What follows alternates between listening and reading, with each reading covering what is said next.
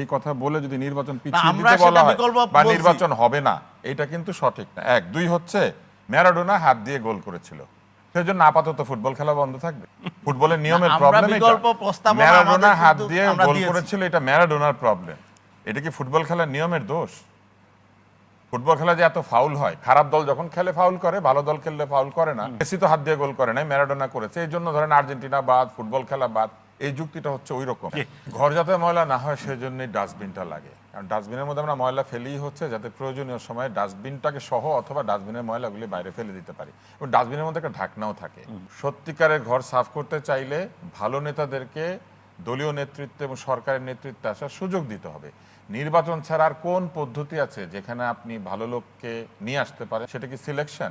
যদি সিলেকশন ঠিক মতো ওয়ার্ক করতো, তাহলে আমি একটু আগে যেটা বলেছিলাম যে উপদেষ্টারা যাকে ব্যক্তিগত প্রিভিলেজ কোটায় চেনেন, চেনা লোককে নিয়োগ দিয়েছেন, সেই লোক সরাতে হচ্ছে কেন? তার মানে তরুণরাও দুর্নীতির বাইরে নাই, তরুণরাও দুর্নীতি করছে না, কথাটা ঠিক না। কেন ডিসি নিয়োগের অভিযোগ উঠেছে একজন নুরানি চেহারার লোকের বিরুদ্ধে? কেন উঠেছে? তার মানে হচ্ছে যে যদি নিয়মতান্ত্রিক পদ্ধতিতে সরকার এবং নির্বাচন না আসে একটি দেশে, তাহলে যা ঘটার সেটাই হয়।